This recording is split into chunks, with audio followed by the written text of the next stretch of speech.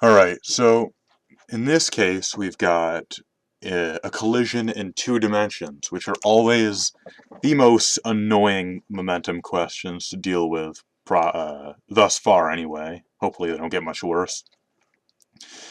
But in this case, we've got, I've actually drew out what's happening here. So you've got a ball B at rest, when suddenly another ball A comes barreling towards it and hits it, but it isn't a head-on collision. So instead, the two balls come out at angles here, at different angles. And we are given the angle and the final velocity of A, but we are to find the final velocity of B and its angle to this horizontal.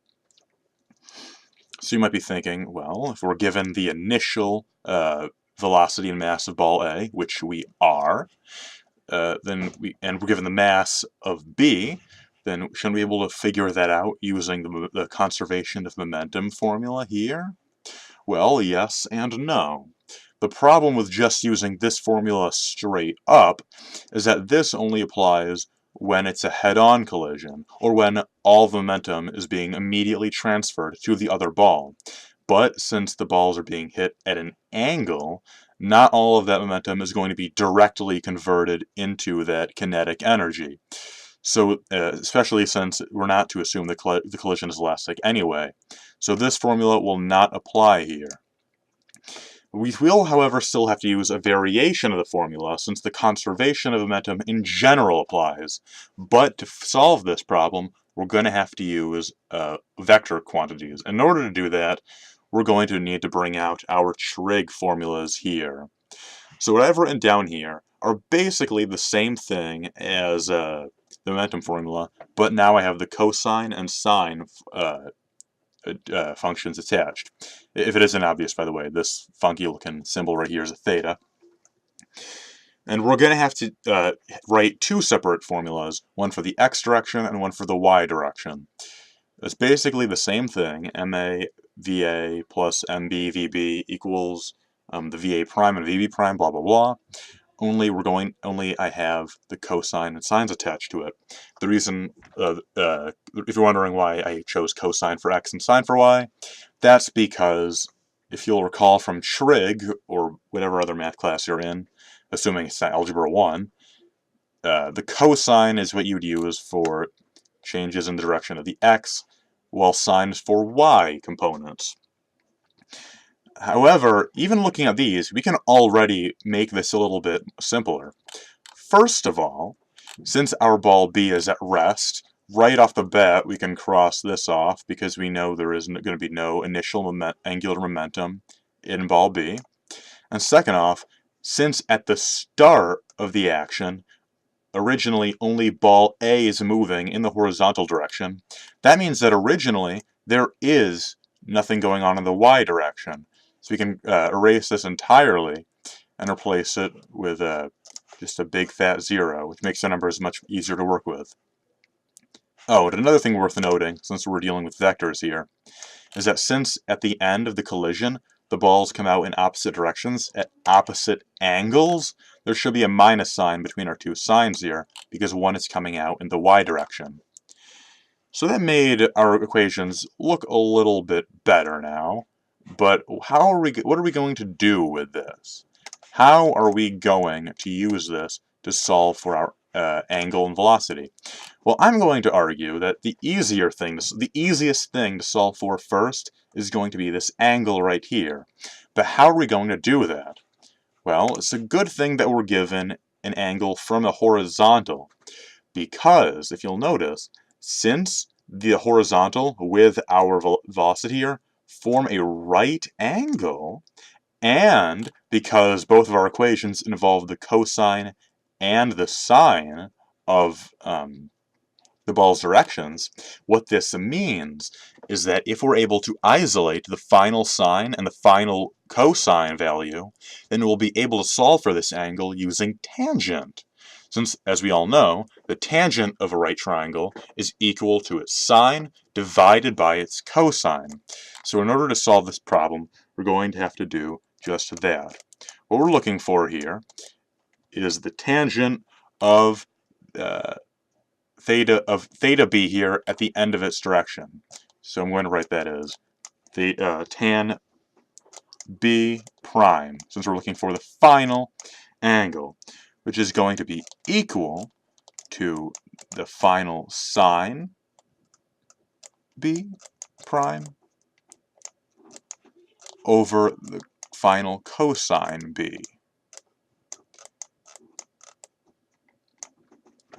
In order to get this, we're going to have to isolate the values algebraically from these two formulas here. So how are we going to do that? Alright, so as I just said, in order to solve our problem here, we're going to need to calculate, or rather we're going to need to write individual formulas for the final sine and final cosine before we're able to calculate a decent formula for the final tangent. So to do that, first, really, this small section here, the problem, is just basic algebra, simply isolating our final sine theta here. So for the sine, it's going to be as simple as, let's see, I want to get this on the other side so I can divide out the MB, VB. So that's going to be about the same as MA, VA, sine theta A, all over MB, VB. Okay. Now for cosine theta,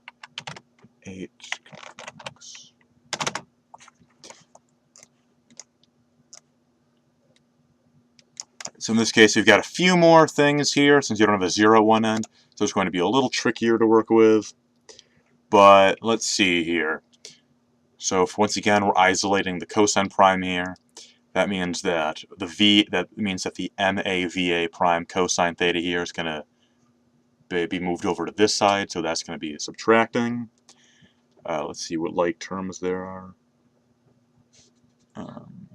The MA is a like term, so I'm going to write that as a distribution. So that's MA outside parenthetical statement with a VA minus VA prime.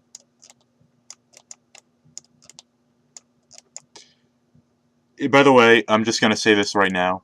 If you don't like the way I'm doing my algebra, if you don't like my methods anyway, the way I'm simplifying it, that's okay. You can write this part however you want, just as long as you're able to get formulas, individual formulas for sine theta and cosine theta.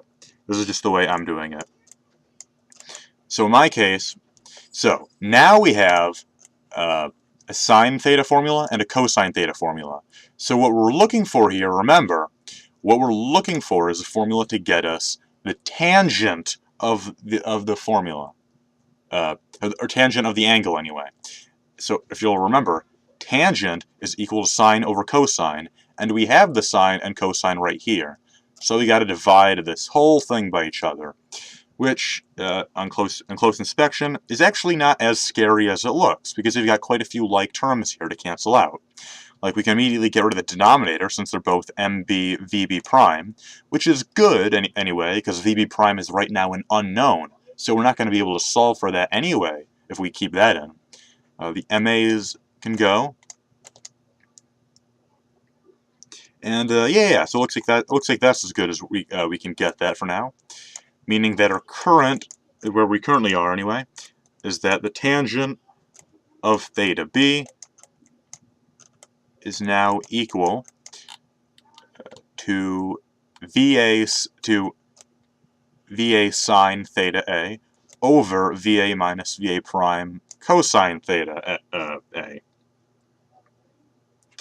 So now that we have this, now that we know that tan of theta a is equal to this over this, that means all that's left to do is use this to solve for the angle, since all this now consists of values that were given in the question. So now in order to solve for angle, all we need to do now is use the inverse of the tangent. By that I mean, you know, if you take in geometry, then you'll know I'm referring to the whole tangent to the power of -1, the inverse tangent, or arctan, which is going to be the arctan of VA sine theta over whatever you calculated for the cosine.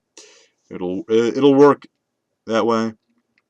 And once we're able to plug those values in, that means all that's left will be to say, so let's see.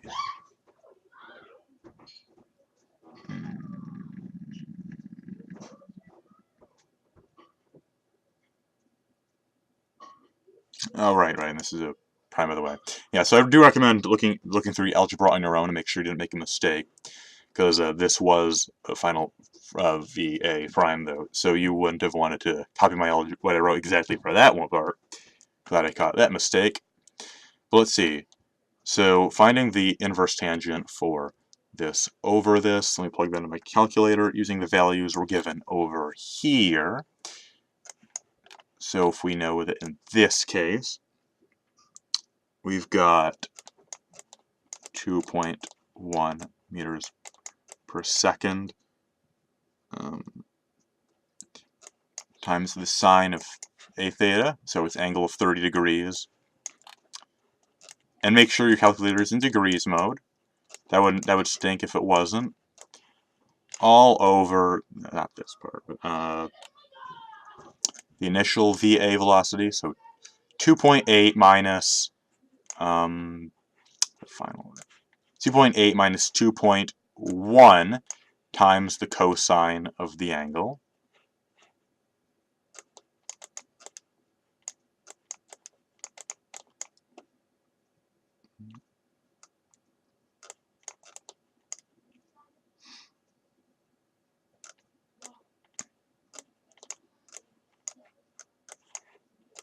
And the angle, and the value my calculator gives me is 46.9 degrees. So since that's the tangent of that function, that means that now we know the angle of B is equal to 46.9 degrees. So that is our answer for the angle. Now, to solve for object B's final velocity, now since we now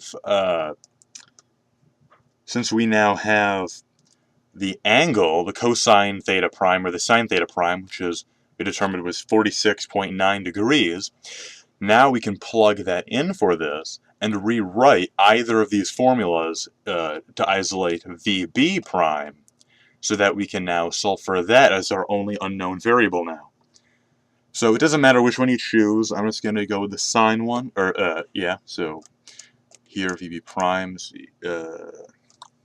equal to. So rewriting this algebraically, that would be MA VA prime sine theta A, yeah, all over MB sine theta B. So now plugging in our values for this, which is going to be the mass of ball B, or sorry, the mass of ball A. That was 0.12 kg. I forget writing the units. At a final speed of 2.1 meters per second, at a sine of 30 degrees, over the mass of B, which was 0.14 kg, times times the final sine angle of that, which was 46.9. And let's see, so plugging that into my calculator now, that would give me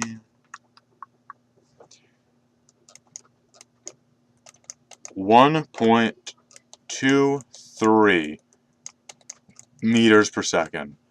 So that is our final speed for the second object.